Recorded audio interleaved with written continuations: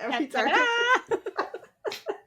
Every time. Every time. You hit record and my body shuts down. Tenses. I'm like suddenly so aware of every muscle I have. And everything I'm about to say to you. My brain short circuits.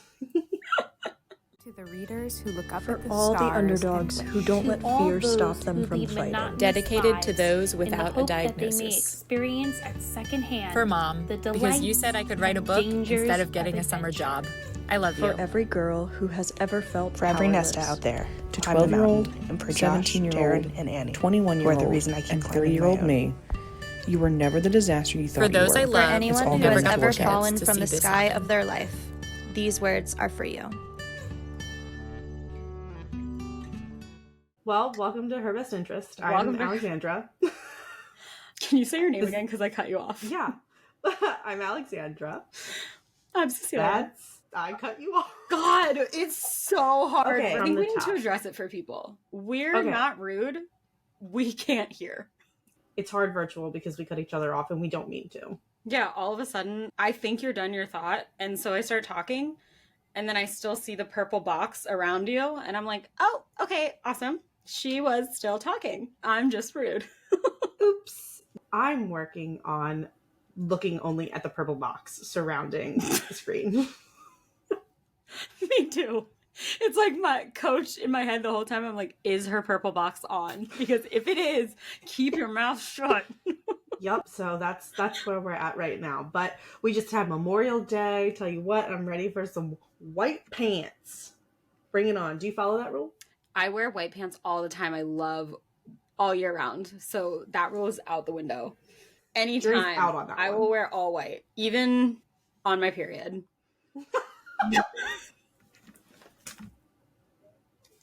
Scandalous. Honestly, work. I know. You are so brave.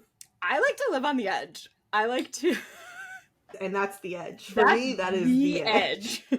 That's me taking risks, putting myself out there, is wearing white pants on my period. Yep. Yep. Not me. I'm like, what's darker than black? What's the darkest thing I have here? And do I need to layer with Spanx? I'm a bleeder.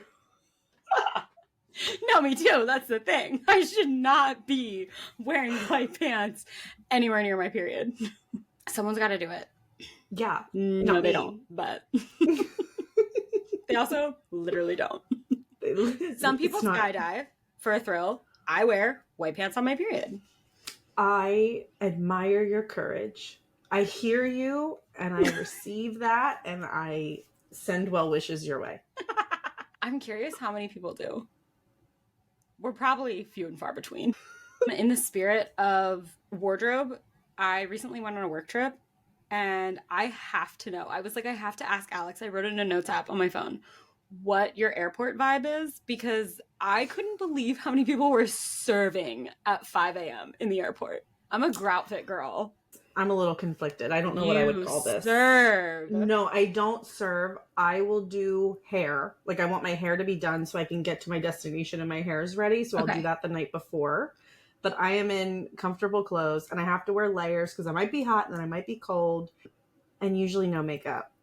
So I'm not serving, but my hair will be done. I am wearing sweatpants. Not even like a cute grout fit, like Zara jumpsuit grout fit, like full blown my high school dance sweatpants and an oversized hoodie with like my child's breast milk barf on it. Like there is nothing in the airport is cute. I'm traveling. It's like I'm in the car. Anyone who's Yeah. next to me is so unlucky because I didn't even wear deodorant. Like I act like the airport is my mud pit. What does your shoe wear? And I wear sneakers all the time. And this is so terrible, but like in the spirit of being a woman, I wear sneakers constantly in public because if I have to run away, I want to make sure I'm in the right shoes to do it. Safety. Yeah. Sorry to be like Debbie Downer, but so you will not catch me in high heels at the airport. I cannot run in those. Fair. And I will never check a bag. You will not catch me checking a bag because it will disappear. I know my luck. It'll disappear. And then, yeah. I have to run for my flights because I am a get there 30 minutes before my flight person and just ride on willpower to the gate and luck. I am 2.5 hours early, babe. I have missed one flight in my life. Now I get there 2 hours early. 2.5, That's 2 hours fair. early, at least. I have missed a flight before because I went to the wrong airport. I showed up at Ronald Reagan and I was supposed to be at not Ronald Reagan. Like BWI. I was like, here's my boarding pass. And she was like, this is not the airport you're supposed to be at. And I was like, do you think I could get there in time? And she was like, no. But I would have been on time for my flight if I hadn't checked a bag. So I'm with you now. I will not check a bag.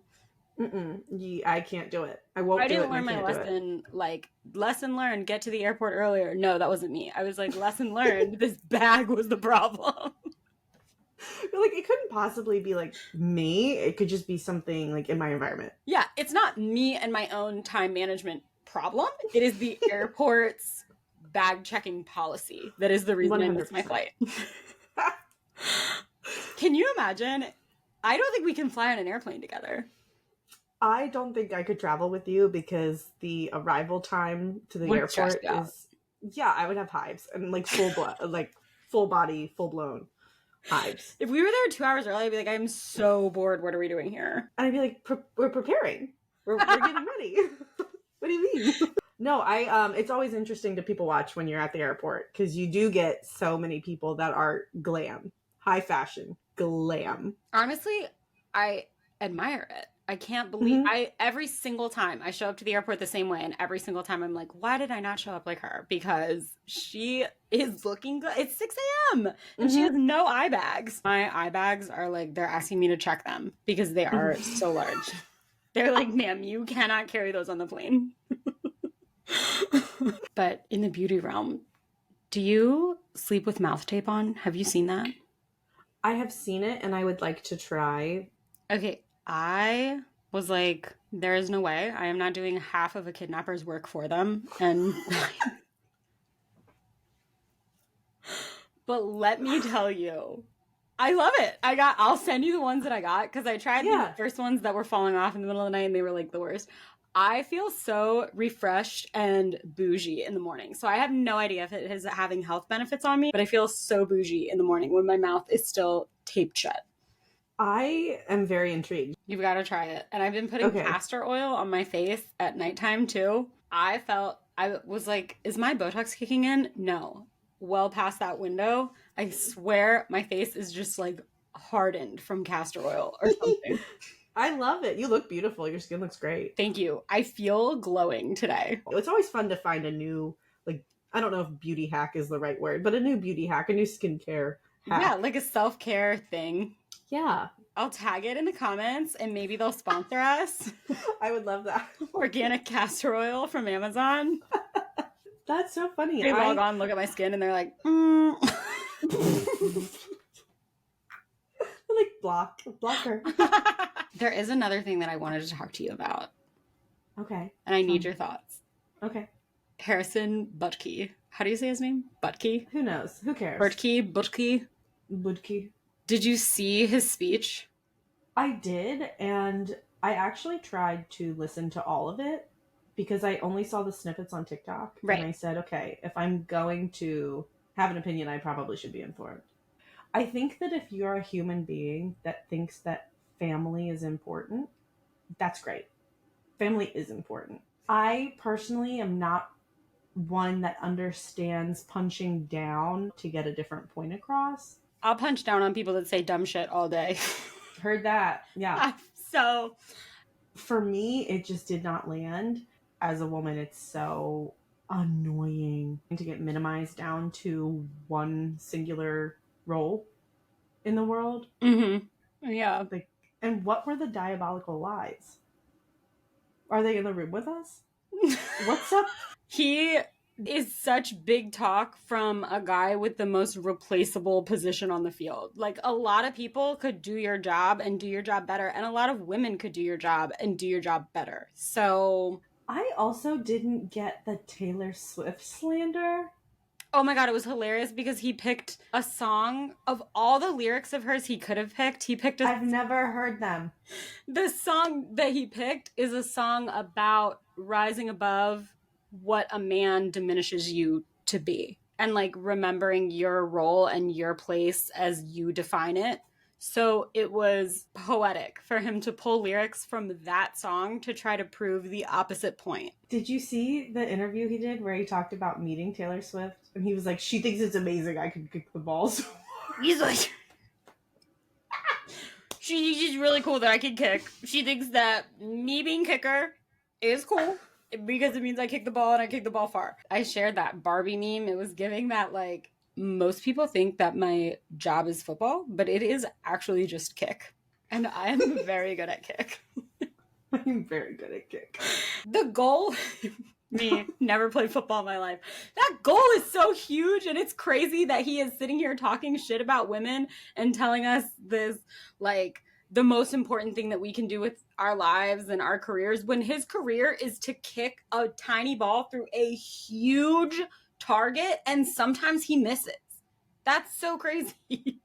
I also wish that we would talk to men in the general sense of, like, caring for your family and being supportive for your family in the way that we do women. We, like, never diminish men to that.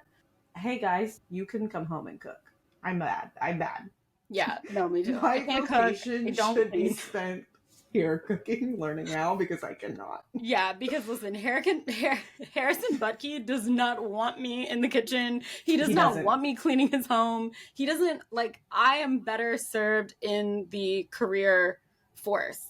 Me as a homemaker, Betty homemaker, is horrendous. Yes, my job is computer. My job is Yeah, this misogynistic, outdated narrative is boring to me. I genuinely thought it was like a prank or something. I know, I wish SNL hadn't ended yet. You're like, I won't tear people down, and I'm like, I will. And then I did, so oops. Well, speaking of kindness and all things wholesome, today we have Emily Madeira coming on the podcast for our second open book episode. Emily is from Maryland and currently lives in New Orleans, Louisiana. Emily is a movement artist, licensed master social worker, a dancer, and a clown. Her work revolves around challenging societal norms and the oppression of the human body and our natural impulses as human beings to touch, to play, to move, and to feel. She does this through practicing the art of clowning, movement, and other therapeutic modalities. Emily also identifies as queer and polyamorous. I am just so excited to introduce you all to Emily. I know we say that every single time, but we really are so excited to introduce you to these guests. Like, these are people that we love and we care about, and we have so much fun filming with them, or, you know, we get to know them during the filming process, and so we just hold them all near and dear to our hearts. So we really are so excited every time you meet someone. So without further ado, we are so excited to open this next open book with you guys. We know that you're going to love Emily just as much as we do, and I cannot wait for you all to hear it. Da da da da. Here's Emily.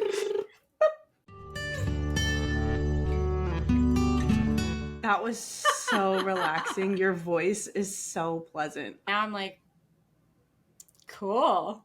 I know, I'm like so chill girl right now. What do we do? Shall we group nap? Yes. Shall we nap now? Regroup in 30 minutes, ladies.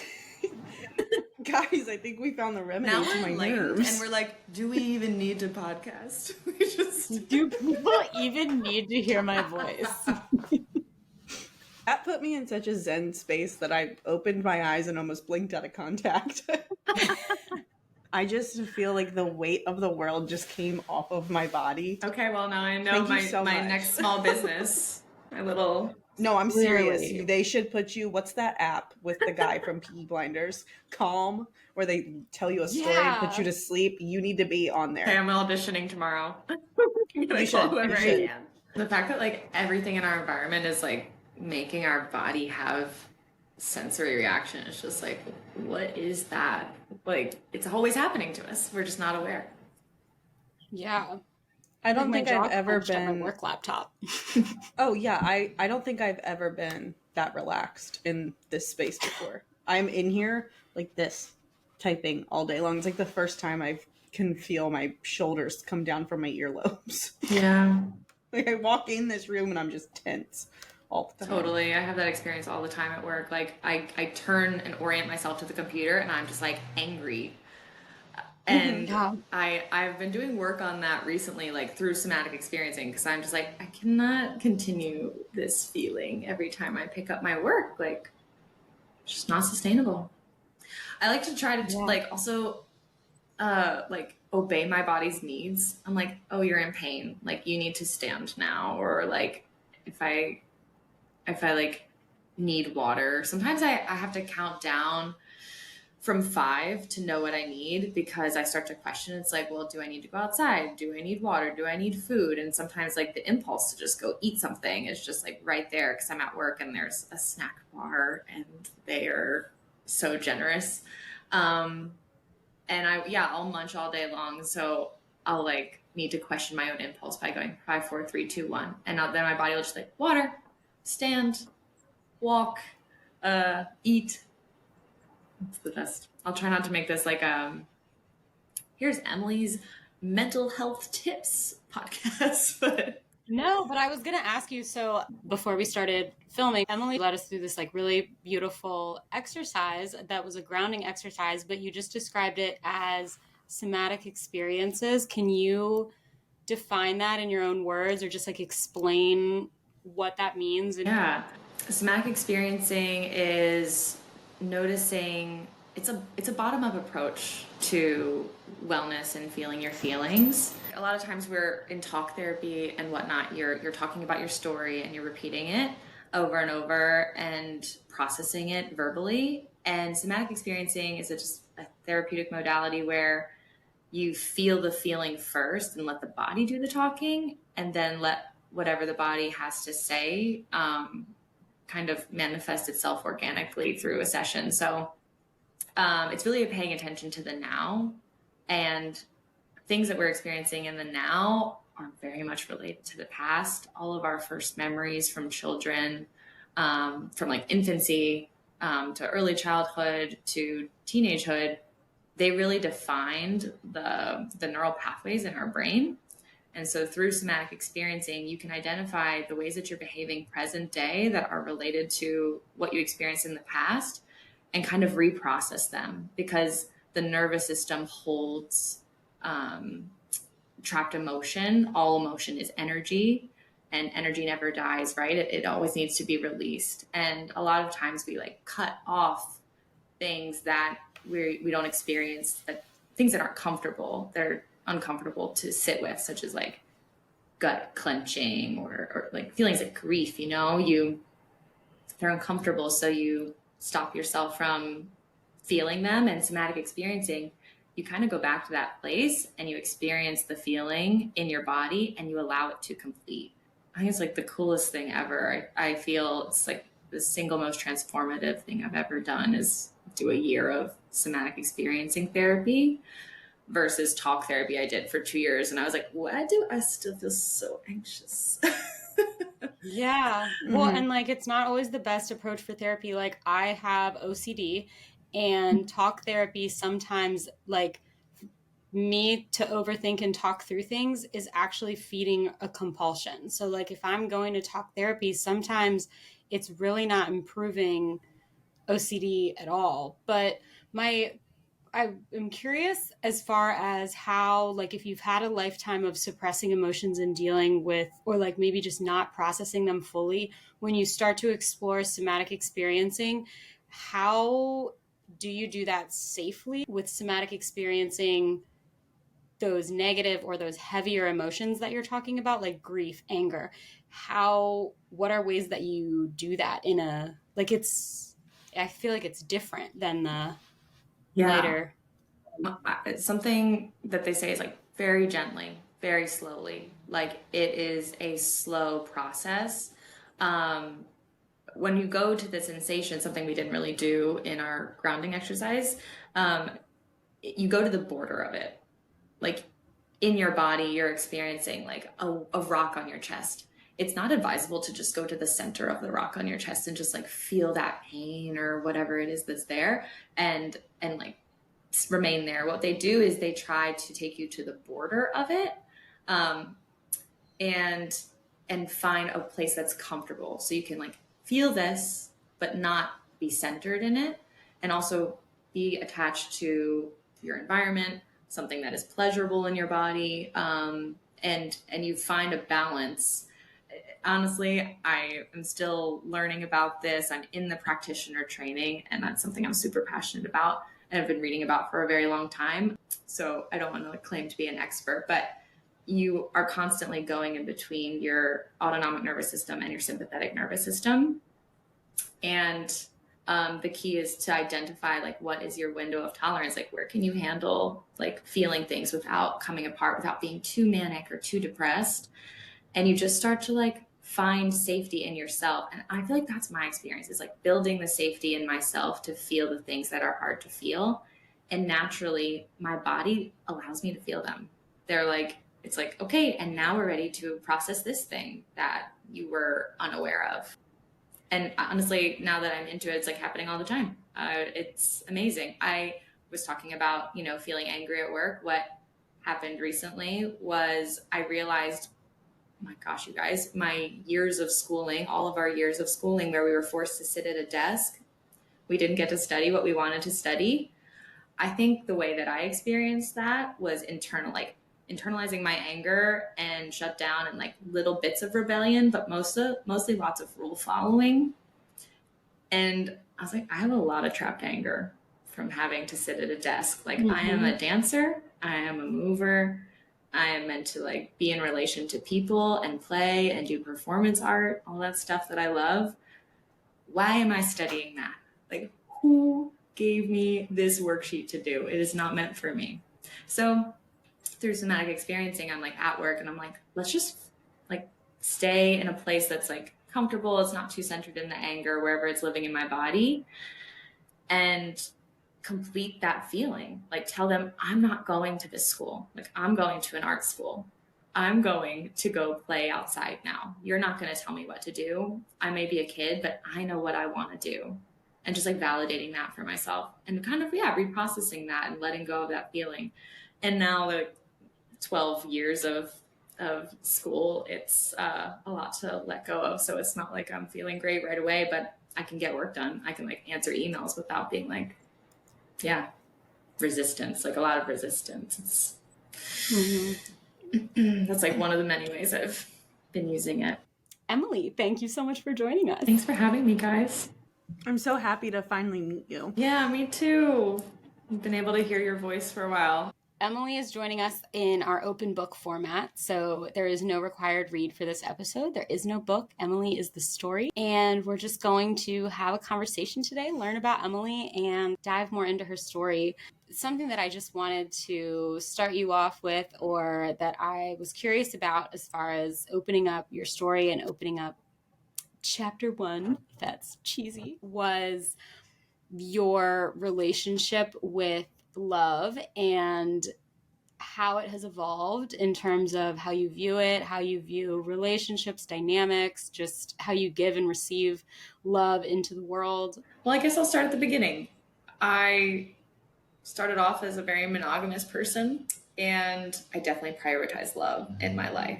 And one of the things I said as a young kid was, I want to fall in love as many times as possible. Which, looking back, I'm like, oh, that makes sense. You know, kids know who they are, kind of thing. And yeah, I had a 2-year partnership, another 2-year partnership, and then a 5-year partnership. And that was like the majority of my 20s. I was focused on my professional world this much and romantic love like this much. I was growing as a person through learning what it meant to be like what it means to be in a relationship with another person and learning about myself. And I also feel like I chose like safety and comfort in that. And yeah, I was dating my partner for 5 years, a previous partner for 5 years. And something happened that changed my life a little bit. She started to develop feelings for a coworker, and COVID was happening, so it was a real crazy time. And I was just like, we can do this. Like, we were at our happiest. We had some bumps in the road. We had broken up a couple times for the course of the 5 years. But I was like, you should follow this. Like, I have no desire to limit love for you. Like, why would I want to do that if I'm somebody who cares about you? This was mind-blowing to her. And the person also who, you know, she had feelings for. They're definitely not polyamorous. It's not how they identify. But me like feeling open to that, I felt my world explode. Everyone is like, COVID, COVID, COVID. And I'm like, how to deal with jealousy. That's all I did. Like worldwide pandemic, and you're like, there's a more pressing issue here.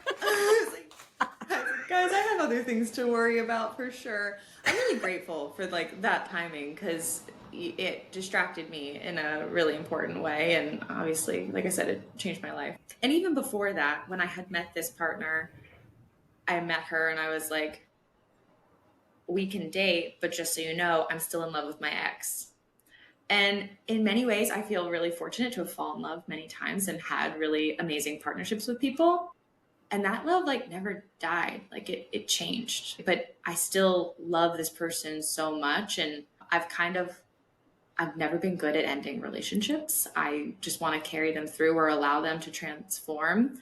And exploring polyamory was really beautiful because it gave me like a framework of, it's called de-escalation. So you de-escalate a relationship. And a lot of times I was on the relationship escalator where it's like, we meet and then we date and then we get engaged and then we get married. And then it's like all the way up. We're definitely on this track. And through discovering polyamory and like other options, I was like, oh, infinite options exist for my relationships. And I can like organically learn how a person's meant to fit in my life. And it was just so evident right away. For example, with this long-term partner I had, one of our major fights throughout the whole relationship was me wanting to wake up on Saturday mornings and dance and paint and go on bike rides and run around. And she wanted to like lay in bed. She's like, it's the one day we get to hang out and just be in bed and have breakfast in bed and watch TV. I'm like, that is my nightmare. This is not how I want to spend my time. And yeah, we thought about it a lot. It was a huge point of tension. This other person that she started dating, that was her dream. So they could do that and I would get up and I would do whatever I wanted and it was amazing. And the fight stopped. And that's when a light came on for me. And I was like, oh, we don't have to fill each other's needs all the way. And like, how can I get my needs met? These things that I've been like, you aren't fulfilling this in me and I need you to meet me here. It's like, you do not want to do that. I don't want you to do anything you don't want to do. Pivot. Find another way. In any relationship, one person, it's way too much emotion. It's too big of an emotional ask to have them carry all of your emotional needs. And so exploring that in having those needs met by other people, whether that's emotionally, you know, like if something is triggering to your partner, so you you know, that's something that I go to a friend with, or that, you know, this person just can't hold this, or something like activities. This is what I want to do and this is what this person wants to do, and I'm going to seek out people. Like, I'm not going to burden you with trying to force you into my box. I'm just going to go see who can fill that need for me, or who, like, how I can get that need met without putting pressure on the relationship. I think that can be said for any relationship style. This person is not going to meet every emotional need that you have, and they're not supposed to. And so you can choose to still be monogamous, or you can choose to be polyamorous, but like, you have to, at that root, understand that even if you're choosing to be monogamous, you need to accept and understand that your partner cannot meet every single need for you. Your romantic partner. Yeah, and that's just like a fundamental tenet of like a healthy relationship and in like being healthy relationship with other people. And then I think for me, it was just like, oh, I'm not fitting like this box still of monogamy, even with that like sentiment. It was like, oh, I can expand upon like what my relationship can look like even more than I thought was imaginable. And yeah, just for me as like an individual, I just needed like something a little different. And it was hard to, it's been a long journey of like figuring that out, because polyamory is not something that we witness as a kid, and you strive for this one thing that's just been an example of like the epitome of success and happiness in our society. And yeah, it took some unlearning, I would say, even more than learning to accept where I was at. Because I've still like gone back and forth, and I've been like, I've fallen for somebody really hard and like wanted to be kind of just in relationship with them, and then I would be like, oh wait, am I monogamous? Was that just like a situational thing? And yeah, that's just been my experience of having to figure out like what really works for me as a person. Mm-hmm. It's not something that we grow up seeing normalized. So then it's not at the forefront of when you're going on a date with someone or when you're out dating. It's like, oh, do you want kids one day in the future? Do you want to get married? Do you want this? Like, those are the questions that we're kind of taught to ask in early dating. And we were talking about this at happy hour the other day, where I was like, it should also be, would you ever be interested in opening our relationship up, or opening a relationship that you're in up? Because then like it's just something that you explore right away, that you talk about right away, and you know where the other person is at right away, and you can check in with yourself if you're asked that, or if you think that like, oh, I haven't thought about that, but would I be? Let me like give it some thought. Let me sit with that. Like, if we can start to have our kids grow up with that being what they see, because I did not grow up seeing that. And our society pushes heteronormativity so heavily, and like then you get older and you feel stuffed because you think one person is supposed to, like, you fall in love, they meet every need, and you ride off into the sunset, and that's like not how it works. So it's actually serving us very poorly as a society. You made me think like, what questions should we ask when we're on these first dates? I'm like, how open are you to change? Like, because I'm really open. And if you're not so much, then you might not be compatible. Like, how deep do you like to go with emotions? Like, because depth is something that is not, you don't really change that much. If you really like to talk about emotions and process things and like feel a lot of feelings versus not, and like there is no wrong way of being, it's just a personal preference, and it's a huge indicator of compatibility. That's such an interesting thought though, like what are the actual indicators of compatibility versus not? I think when people hear the word polyamory, the gut reaction is, I could never do that. I'd be so jealous. I'm like generalizing about people. I don't know. Maybe. Oh, it's pretty true. There you go. When you kind of began this journey with polyamory, if you did feel jealous, and if you did, how you overcame those feelings, or if they even still exist from time to time now. Yeah, for sure. I don't think jealousy will ever go away. And I think that's it's like a major misconception. I think it gets easier. It gets easier to tolerate. The more you allow yourself, the more I allow myself to like tolerate uncomfortable feelings, the more I can tolerate them. And so I think in our society, we're kind of taught, it's like modeled for us in all these Disney movies and whatnot. It's like, jealousy is here and you need to fix this. Like, this is for you to deal with. This other person is making me feel this way. And so I started to just be like, this is my feeling. And just like sadness and happiness and whatever emotion I'm experiencing, like, this is mine to hold and mine to deal with. And I can ask for help for it, but it's really mine. And like, also all of our emotions, it's information. All of our feelings are information. So I'm always like, what is this trying to tell me? That I enjoy this, that I don't enjoy this. With jealousy, I really found the beauty and like delight in finding what like the deepest insecurity I had. What is it? Because I would witness my ex and her partner, like the person that she was starting to see, and I would feel these crazy waves of jealousy. I'd be like, I don't actually have a problem with this. Like, I don't have a problem with them experiencing joy, and I don't even need any attention right now. Like, I have no desire to be like given extra love. I feel good. So what is it? Why do I feel so inflamed? And I started to like trace the root, and I'd be like, okay, is it that like I'm scared that they don't care about me? I'm like, no, I know that they care about me. I could just like start to pick it apart bit by bit. I would like question the thoughts that came up. So I'd be like, okay, so I am love. And then I'd be like, so what is it? And then I eventually got to the root, which is like, I'm scared I'm unlovable. And then I was like, I love me. I love me. I think I'm amazing. I was like, I love me. I love me. I love me. And that was like the most transformative experience of my life, was learning how to show myself love. And I will say, I didn't know what self-love was until I really cultivated this practice. Now, do you process that feeling by yourself, or do you communicate that to others as you're working through it? Definitely both. I think like sometimes I need support and sometimes I don't.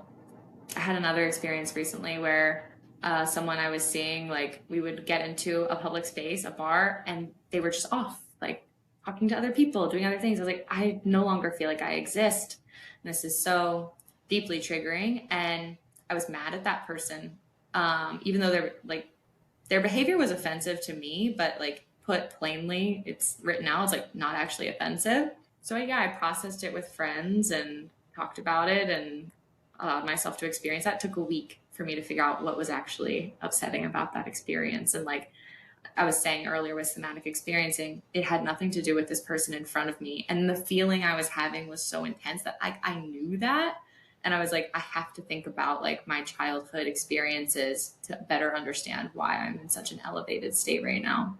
I love that, all of that. And Alex, I love that question as far as the communication of jealousy, because I think that jealousy is a very ugly emotion to act upon. And sometimes for that reason, because it's like you're placing so much blame on the other person instead of checking in with like, why am I feeling jealous? What is this triggering?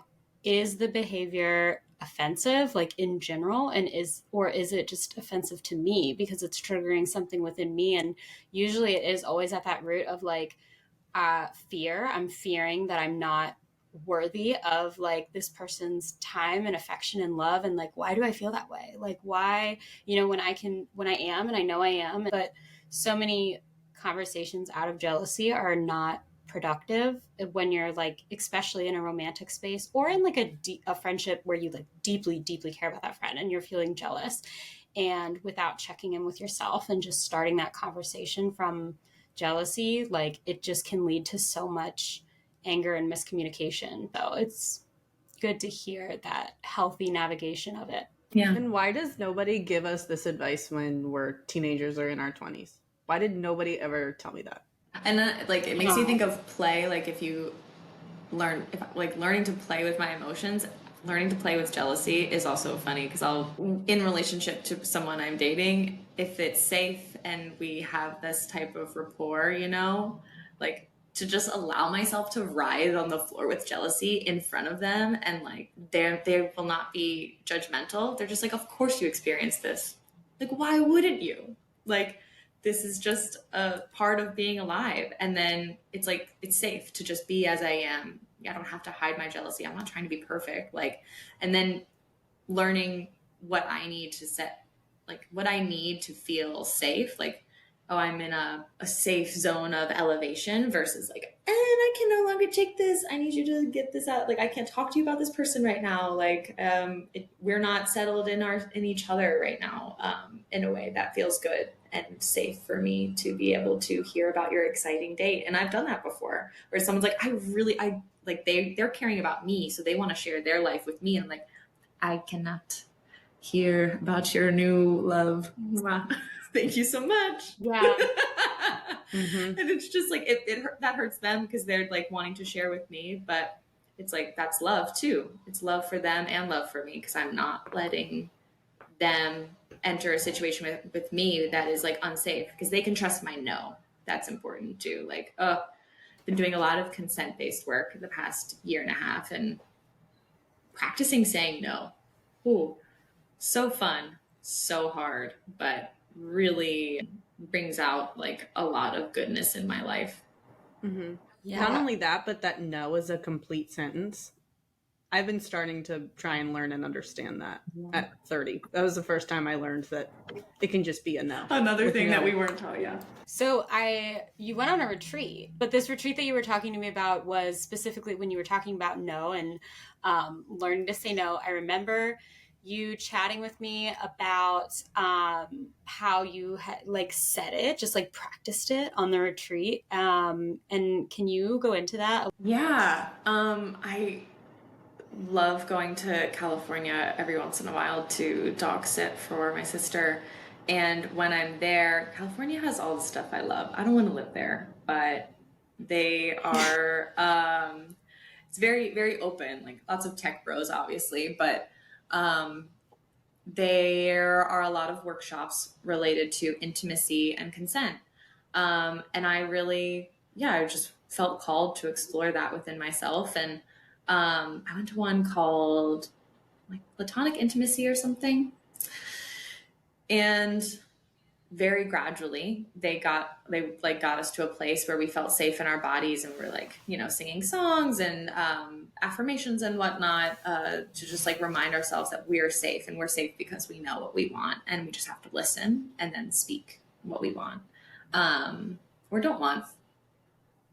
And we're going around the room and we're practicing giving each other hugs, and there's this kind of script we're following. And it was like, would you like to share a hug? Because that's more consent-based language. And then the person is to say no or yes. And then if the person says no, someone's supposed to go, thank you for honoring your no. And if they say yes, then you obviously share a hug, and it's beautiful. Both are beautiful. And I'm going around and I'm hugging people and I'm delighting in that. And then I get to a person that my body just went, no. And I said yes to the hug, and I hugged them, and it was just like, literally, this is not what you're here to do. Like, what are you doing? But I was worried about this other person's feelings, and all I could feel in my body go, betrayal, betrayal, betrayal. And yeah, so I left that interaction. I was like, everyone's getting a no. I don't care if I want to hug them. So I started. You're like, I'm going the other way. Not even getting a hug. And so it was really interesting to see the looks on people's faces. Like, they were like, oh, this person is definitely meaning me, gonna want to share a hug. And I was like, no. And they would be like, thank you for honoring your no. And I could tell they were confused. I could tell they felt rejected. And I was just kind of like, like, I was so happy. I was like, I'm not responsible for your disappointment. Yeah. And so that has profoundly affected me. That would be the whole point of the exercise for me, would be to walk in and literally tell every single person no, and just deal with the reaction after. Like, that's a piece that I have to be able to respect myself when I'm noticing that someone else is having a reaction and I'm like, oh, did I do that? And dealing with that guilt. That would be the whole exercise for me, would be like, gosh, yeah. Don't lean into that guilt and change your mind based on, or just feel bad. Like, that would be really tough. Yeah. Like, I've been thinking recently about how existential that feeling is, because it's like, okay, I don't know how you guys feel about this or what you think about this, but basically, you're about to find out. Everything goes back to our fear of death. I have a book on my bookshelf titled How We Die, and it talks about it. How we die and what happens. I agree at all, because I was just so invested in trauma work and just hearing it, and it was way too much on my body. Like, I had only for 9 months, I did a 9-month stint. But sorry, I didn't mean to get you off track. Okay, no, we're back. Yeah, like that feeling of guilt, I was like, what am I so scared of? Like, going back to tracing the root of the feeling, I was like, yeah, I'm scared of rejection. And I'm scared of rejection because being rejected, like, evolutionarily speaking, meant you were going to die. You had to be a part of the tribe and be liked and not part of the group, or they were going to leave you behind. Like, no weak links kind of thing. It was do or die. And like, I'm speaking dramatically, but it was definitely more so. And we need people, we need each other. And there's so many of us now. I think we can disappoint some people, and then we'll go find some people that like us. Yeah, I can afford to disappoint a few people. Yeah. And then you watch your circle change. It's so fun. You're like, oh, like, I'm scared of losing you and this connection because you have given me this sweet thing, something I valued something in the relationship. And then, to let that go, make space for other things. Oh, I just got chills. I love the idea of there's so many people in this world that we can stand to disappoint a few, because for me, it helps reinforce the notation. It helps reinforce the fact that the world does not revolve around me, and it's okay if I disappoint somebody, because they probably will not leave that interaction thinking about it for all of eternity, because that's what my brain will do. Like, I'll have an interaction with somebody, and if they feel like, I'm like, oh, they left feeling some sort of way, and they're going to think about it for all of eternity, and they're going to tell all of their friends and their family, and it's going to be the thing they think about every single time they see me. That's not realistic. And plot twist, you're the one thinking about it. Right. Like, on a loop. They're like at the grocery store, like, should I get lemons or limes for this recipe? And I'm you're like, oh my God. Like, we're all the main character of our own story. No one is thinking about us. No. That was the craziest revelation with having siblings. One day I was just like, whoa. My sister has a whole entire life right now, and she is just like a side character in my life. Like, I'm like, this is my supporting character. They're like, they have an entire plot that I don't even know about. I'm the side character. Oh my gosh, like, not knowing the entire plot of my siblings' stories keeps me up at night. I'm like, me too. like, I need all of it. I want it all spelled out for me. You can text me every detail. Like, I want to know what's going on in your inner world. Yeah, same, me too. I want to know what they're up to. I want to know how they feel, what they're doing.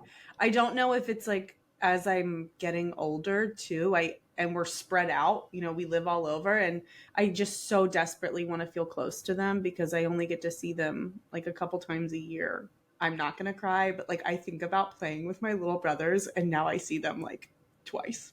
Maybe that's why it's so hard for siblings, because I can accept, like, and I did a long time ago, like, okay, I'm not the center of the universe. Like, my friends live their own lives. Like, they're like, da-da-da. I don't know. It just didn't. And one day I was like, oh my God, my sisters have a whole life that I don't know about. And like my brother, and I used to know everything because forced proximity, like, and oh my God. I get sad that I didn't like value. I think I did value that time, but I'm like, man, what's that quote from The Office where he's like, you don't know the good days until you've left them. Tangent, but no, I feel that so much. Differentiate, like, as you're being introduced to new people, as you're just evolving in your relationship in your life and going through day to day. How do you differentiate, like, what is a friendship need and what is a romantic need, and like how to explore what and how you want to explore different relationships and dynamics? That is such a good question, and honestly, it's really like unfolding. I do ask myself, like, what would feel most pleasurable? Like, what do I feel in this moment? I've never been one to sleep with friends. I've never been one to, like, just explore sexually in that way. I don't know if this is PG for the podcast, y'all. It's okay. I've said some things.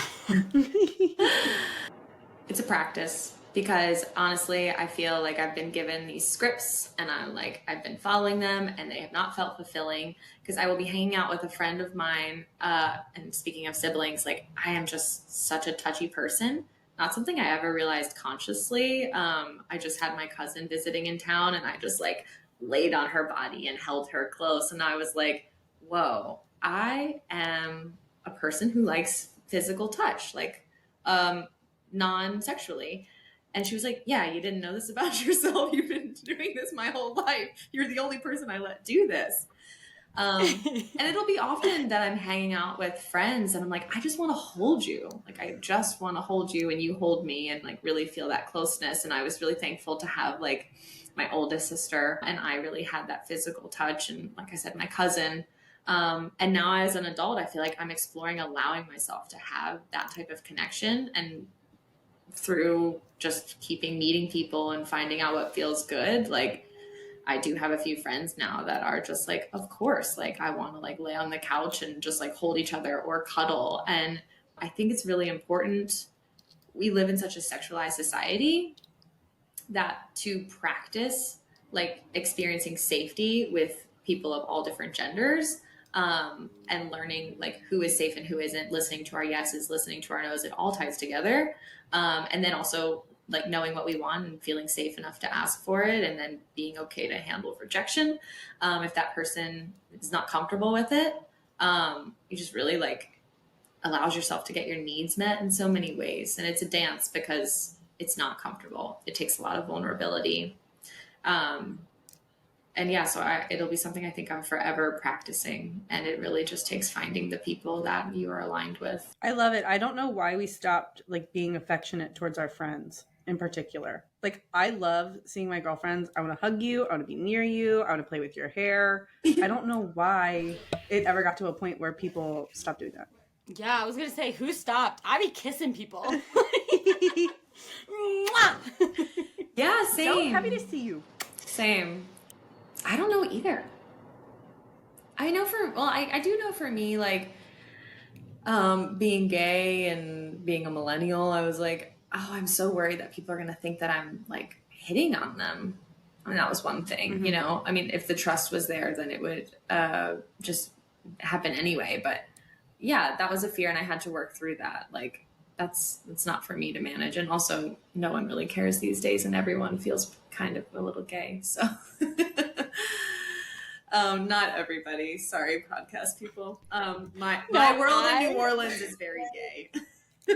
Well, I remember like in college, I used to say that all the time. I was like, well, I mean, we're all like a little gay, you know? And then like it wasn't until those later realizations in life that I was like, oh, I'm a little gay. And actually not everyone is feeling this way in their body. One of the things I was really looking forward to hearing you talk about was the power of play, because as soon as we kind of got off the phone when we prepped for this and we're talking about it, I never really thought about the fact that at some point we all just stopped playing. Oh, like if you really, yeah, like at some point, like we just stopped having some sort of playful energy and joy, whether that is with like your parents, or for me, I think of my siblings, my little brothers, and hearing you talk about that and then seeing how it relates. I'm really excited to hear you talk about it, but I think it's something that a lot of people are going to have a very profound reaction, like a, oh my gosh moment, because that's how I feel like I just had listening to you talk about that. Mm-hmm. Yeah. Do you guys remember the moment you were asked to stop playing, or you stopped yourself from playing? Because I definitely do. Yeah, it was with Barbies. What was yours? I remember my cousin was trying to play house, and I was like, too old for that. Like, just, yeah, so sad. And now, like, coming back to it, it's so beautiful. I don't know. I'm very fortunate living in New Orleans to have a whole community of adults that are just like playful, and it's like tied into the art of clowning, like me getting back to being playful, and it's really just become like a center point of my life. It's like, how can I make this more playful and fun? And yeah, I'm really lucky to have come across people that center that in their life and have taught me how to like get it back for myself. And now I feel like life is more full, like it has more meaning because I dabble in the absurd, like the make-believe, you know? I love it because I think that it enhances your creativity and your imagination. Like a very imaginative person, a very creative person, such as yourself. I see people like that and I feel so envious and so jealous, because I immediately go, that person looks so much fun and they're so in tune with themselves and what they want to do to experience joy. And, you know, like even thinking about the last time you played, I remember the first time I started to play again, which was, and Cecilia, I don't know if you could relate to this, or Emily, with nieces and nephews, but was with the kids, with the girls. And I thought, I haven't done this in so long, my imagination stinks. Like I didn't even know how to get back into a zone to be able to do that, to turn that part of my brain on, because it had been turned off for so long. Like making that connection again. And also like, it's so vulnerable. Like there's some sort of vulnerability with allowing yourself to like look stupid, like, and silly. Like silly is so vulnerable. We don't allow ourselves to be super silly all the time. And now I feel like when I am in any place, I'm like, how can I make this way more real? Like I just want to be my most real self all the time. I want to like bring her wherever I go. I realized I was thinking about my story as you were talking, Alex. My 20s, it was to get the job, feel safe and secure, find a person that like makes me feel whole and safe and settle down in that. And I just realized like it's so much more fun to feel safe and secure in myself as a person. And yeah, through trying to fit the mold like that we are given from birth in this society, I was realizing I was like suffering a lot. I was ready to break out of it and just like enjoy my life and live it fully. Yes, then I woke up one day, I was like, okay, I have to be a clown now. And I guess I have to dance and I guess I have to do art. And that's all going to take a ton of vulnerability and it's going to be so scary, but I just have to do it. So that's what the past couple of years have been about for me. When you mention professional clowning, can you explain, like provide some gigs? Because I think that a lot of people will think, my gosh, can we just take a minute and just explain clowning? And okay, so I don't know about professional clowning, although yes I do, like Cirque du Soleil, circus. Oh, they have hospital clowns where people go in and cheer people up, children, adults, everybody. It's honestly for the people that work there, I've heard, more than anything. Then there's like artistic clowning, doing music videos and whatever creative projects pop up. New Orleans has a huge community of clowns. They are not like, I mean, clowning really is everywhere. The more you notice something and learn about something, the more you see it. So I see it everywhere now. But it's really just people like dressing up and going out and having a good time, like being connected with your pleasure and not being afraid to be silly, stupid, weird. For me right now, my biggest practice is going out with my friend Seth into the French Quarter and we just dance. Like we dance and we run around and we play and maybe we'll talk to people and people just like honestly are watching us enjoy ourselves. And that's really it. Just being connected with my own pleasure and not being afraid to be a little silly, stupid. That's incredible. And I really do think you live in just like the perfect place to explore that creativity. It's probably so easy to find your people in New Orleans. I'm just thinking about going out in suburbia, I would probably have a little bit more of a difficult time. Oh yeah, it would be hard. And we would also have fun. Like the second you put on a mask play is fascinating. Like you transform. My roommate has a blonde wig. I put a blonde wig on, guys, and I was like, I am a whole different woman. And then you learn like different parts of yourself, and like you start to, just realize, oh, I'm not what I thought I was. Like I'm so much more in different ways, and I think that's like one of the coolest things you can do is explore yourself. If I haven't made that clear. Can you tell me, was the music video that you were in, is it Calendars? Is that how I pronounce it? Yeah. Calendars. So was the music video, I believe it was All for Nothing is the title, correct? Yeah. Was that the first time that you had been clowning in that aspect in like a music video setting, or have you, I just don't know how long you've done it. That's my question for you. Yeah. I started when I went to Argentina and I was taking classes in Spanish, and that was about a year and a half ago. So I have done it now like once a week, and I've been practicing with my friend, and that was the first time I've done it like professionally. And that was really my roommate being like, I believe in you, like just do this, because I didn't think I was ready to do anything professionally as a clown. And it's great. The music video is great. Oh, I watched it twice today. I loved it. And I also I have to tell you that you also have a secret talent in bowling. Do you know this?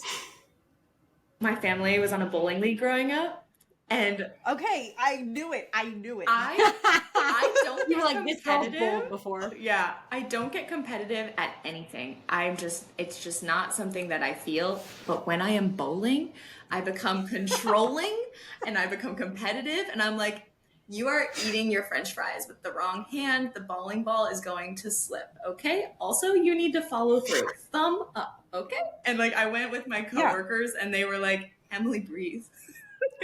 They were like, this isn't fun with you. Relax. Well, I will tell you that my dad and I used to bowl together. So I love bowling, and I got eyes for when someone bowls. And in the music video, Emily literally is doing the lane is behind her, and she's got the ball here between the legs, through the legs. The ball goes through the legs, straight down the middle, straight down the middle. That's one shot. And I just thought, I said, I know that they've got content. I know that they have footage right now, which is of her bowling. And I loved it because I saw in that moment, and knowing that you were kind of creative, I was like, wow, not only is she very good at clowning right now that I'm taking all this in and loving, but I know that she bowls. I could tell. So the next time you're here to visit, we should all go bowl. That sounds amazing. It doesn't sound like I want to. That was the definition of fun. Like, time did not exist. We were just breaking all the rules. These are like the elements of fun that I think about when I'm like making sure, am I having real fun and not like fake fun, performative, like, oh, I'm in a group of people, we're all drinking, let's, make this feel good for everybody.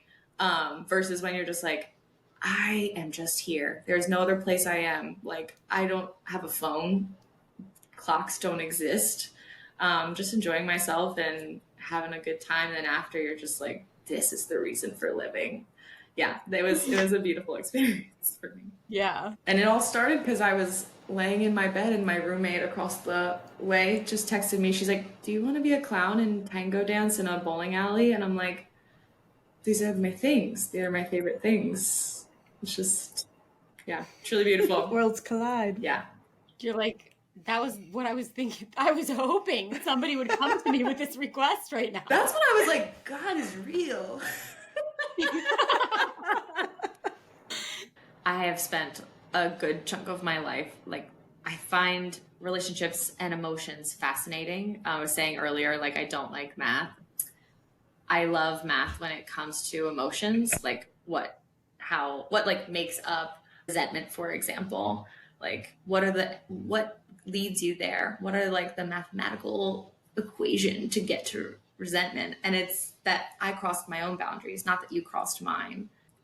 Like, thinking about those things is really lovely and helpful in my life. And then also, like, put it down and just play and just be and experience life, which is like part of the somatic experiencing training. It's like how to get back in touch with like my body and my pleasure and listen to that, and not stay in the intellectual plane as much. It's like a fascinating thing to do as a human being, is like notice where I'm at and then shift it if I'm not feeling good in that. Something I think about when it comes to relationships, I'm like, oh, there's infinite versions of me and they're all me. Like, there's no wrong me, there's no right me. Like, I'm a different person with you guys, and then I get to be a different person with other people. And I'm so interested to see what comes out when I meet new people. Oh, I actually love that, because I've been like really hard on myself recently for that reason. Like,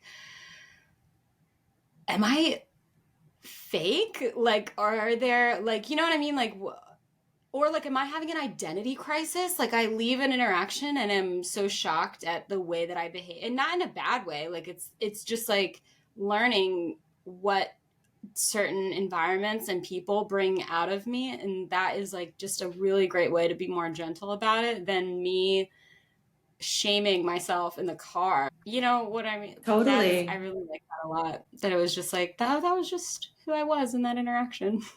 And we don't always have to like ourselves, just like we don't always have to be liked. Oh, I needed to hear that too. What's your favorite thing to play? Yeah. What's your favorite game or thing? Right now, it is the piano. Games are great. I'm down for all games. Like, yesterday, I did a little photo shoot with my friend for this podcast. I was like, I need headshots. And we found a bag of bread. It was just like a fresh bag of wheat bread, Wonder Bread. And we just took it out and just started having a food fight. And we were just like ripping it and throwing at each other and putting it on our heads. And it was just like one of those things, you know? It's like, who cares who's watching? Like, just have a good time. And yeah, it was a really beautiful moment. So really, it's like whatever's around me, I just try to play with that thing, whether it's like a staircase or a railing. I love playing with physical structures too. So how do you confront that in public? And we were kind of talking about vulnerability and like being silly, and like what's your self-talk like during that? It's a few things. Like, I remember when I first started like kind of dedicating myself to this and like allowing myself to be witnessed, I was just kind of like, why is this so like terrifying? Like, why can't I just like be and play and make people laugh, you know, like with the clowning practice and whatnot. And it clicked for me one day. I was like, oh, the only thing that matters is my pleasure. The only thing. Because when people see my pleasure, we're such like feeling beings, they experience pleasure. And I think like once I started to cultivate my awareness of like what feels good to me now, like what's the most pleasurable next thing I could do for myself, I realized I wanted to walk around and become objects and like be in the world and do silly things. And I would be doing that, and then a car would come and I would instantly stop. And I just started to like question that action. And through performance art and through clowning, I was like, can I just allow myself to be seen? And it was really building up the tolerance of that discomfort, like true, slow, painful practice. A lot of people have said to me, like, clowning's a little masochistic. I'm like, it is. Like, it is not. You have to be so aware of how you feel in the moment. And then you have to play with it. And then you have to be stupid while you do it. And that is just so countercultural. Like, not what we do. And yeah, so I think like the more I do it, the better it feels. The more I witness people experience my joy. And it's just like a cycle that's building. In that moment, in that video, I was definitely shy, and I was like giggling at my shyness. So almost playing up with my own shyness, because that's genuinely how I was feeling. I was not feeling like super confident. Let me just like stick this pose and be this light pole. There was discomfort in that. So then I was like, how can I like delight in that, you know, and play with that and then move from there. So really it's just like validating whatever comes up in the moment. Like if I'm nervous, I go, it's okay to be nervous. Actually be the most nervous then. Be the most nervous that you actually are and bring it here. Like nobody needs you to be fake right now. I love that concept so much. Yeah. Like if I'm feeling this way, be the most this way I could possibly be feeling. That's like lean into it and lean into the emotion. Yeah. You know, when you gave us your outline or just like your thoughts that you wanted to talk about, and you were like creativity and clowning and open relationships and dance and movement, and they all tie into each other. I was like, I trust her fully, and I can't wait to see how, because like clowning and open relationships being in the same, like you were like, it is the same episode, it is the same story. I was like, I told Alex, I was like, I trust it. We are gonna learn how it connects though, because I wasn't sure. So thanks for trusting.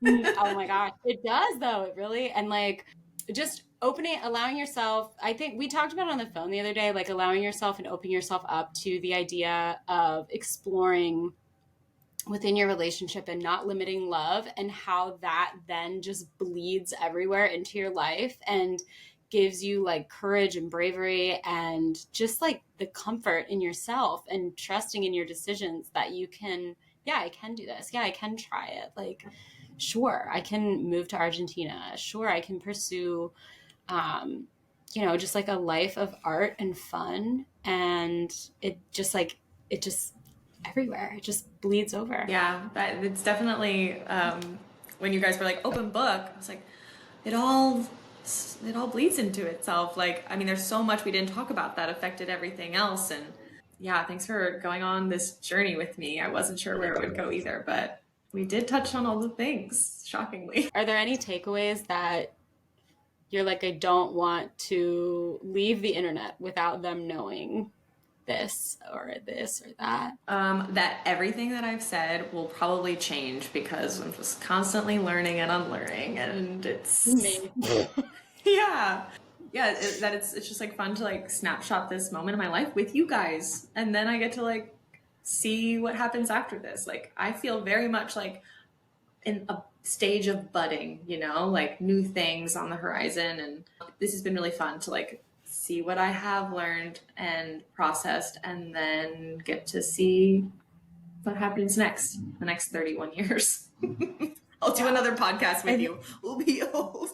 Yeah, I love It'll be like all the opposite things that you said today. Yeah. I'm monogamous. I'm an accountant. An accountant that loves her job, like Yeah, really you're just enjoys like it. passionate accountant. Like happy to go in every single day. I really, really enjoyed listening to everything you had to say. I think that you appear to be and are so in touch with yourself. And I think that a lot of people would benefit from being that in touch with themselves. And I hope that one day I can be that in touch with and in tune with myself. Well, that was so much fun. Yeah, I had a great Thanks, time. It was so guys. nice to meet you. You too. Thank you Can't wait to so bowl. much. Do you want to I can't hear wait to bowl your... too. Oh, I'm not bowling. I'll go with you guys and dance. Yeah, Would you go ice skating? Because we could do that the next night. I would love to. Okay, I would go ice skating. I love ice Me skating. too. Me too. I love ice skating. You guys ask people what their favorite book is? No, and hilarious because we should. Because Yeah, why don't we do premise that? of the book. Let's- I mean, the whole yeah, premise of the podcast. Let's start now. What's your favorite book? Well, I would say one that stuck with me is Little Weirds by Jenny Slate. You guys ever read that? No. No, but I love her. I love her so much. It's like really just like her inner mind, like her mind rambling and her processing her breakup with a long-term partner. And if you read it, you'll understand why I like it so much. But like, she just allows herself to be her most weird version of herself, and also talks about dying a lot. She's like, and I died. Like, and she's just, going through heartbreak. And I just really resonated with that so much. We have finished up here with Emily Madeira and her open book episode. Obviously, just so much wonderful content that we just got. I loved learning about you and hearing about you. And like I told you, I think that everybody will really, really like you. And everything that you had to say was so insightful. So thank you so much for being here and sharing your time with us and all these things about yourself. Thank you guys so much for having me. I am so honored to be on this podcast with you and that you asked me. I think it's the coolest thing. And yeah, you guys are really lovely to talk to. So thanks so much. Thank you. Thank you. Mwah. Ciao. Well, thank you for tuning into Her Best Interest. We release episodes bi-weekly every Wednesday, first thing in the morning. You can find us online at www.herbestinterest.com. You can find us on YouTube, Facebook, Instagram, and TikTok. Thanks so much for tuning in today. And next week, we're going to have another open book episode with Danielle Wadding. And then following that, we have a guest episode in our traditional format with the book Nowhere for Very Long by Brianna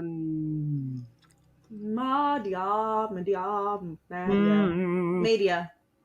We'll talk about it during that episode. We remember the name then. We remember the name when we talk about that episode. Don't you worry.